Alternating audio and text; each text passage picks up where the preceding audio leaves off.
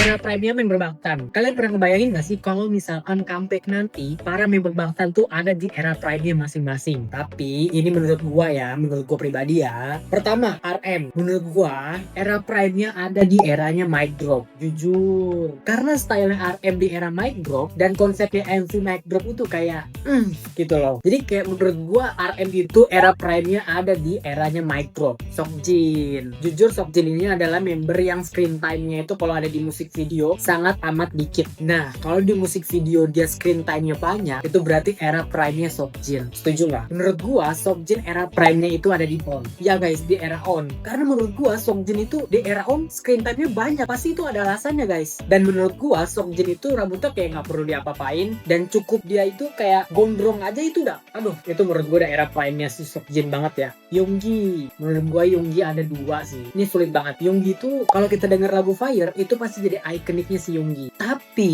menurut gue Yoongi di era Not Today itu wah susah ya deskripsinya ya. Tapi menurut gue balik lagi Yoongi di era Fire itu udah ikonik parah. Dan menurut gue era prime Yoongi ada di era Fire. J-Hope. Nah mungkin nih J-Hope ini banyak yang gak setuju atau mungkin ada yang setuju atau yang sependapat sama gue ya. Menurut gue J-Hope era prime-nya ada di era DNA. Kenapa nggak era Butter? Menurut gue J-Hope itu era Butter harusnya itu menjadi era prime-nya dia karena dari konsepnya Butter, dari rambut dia, dari stylenya di Butter itu kayak tapi screen time dia di era Butter tuh kayak aduh kenapa taruh di paling akhir gitu loh. Jimin menurut gue pribadi ini udah paling gampang sih kalau Jimin ya. Boy With Love nggak sih? Kayak Jimin di era Boy With Love itu udah kayak all in-nya banget gitu loh. No debat sih kalau Jimin ya, no debat. V.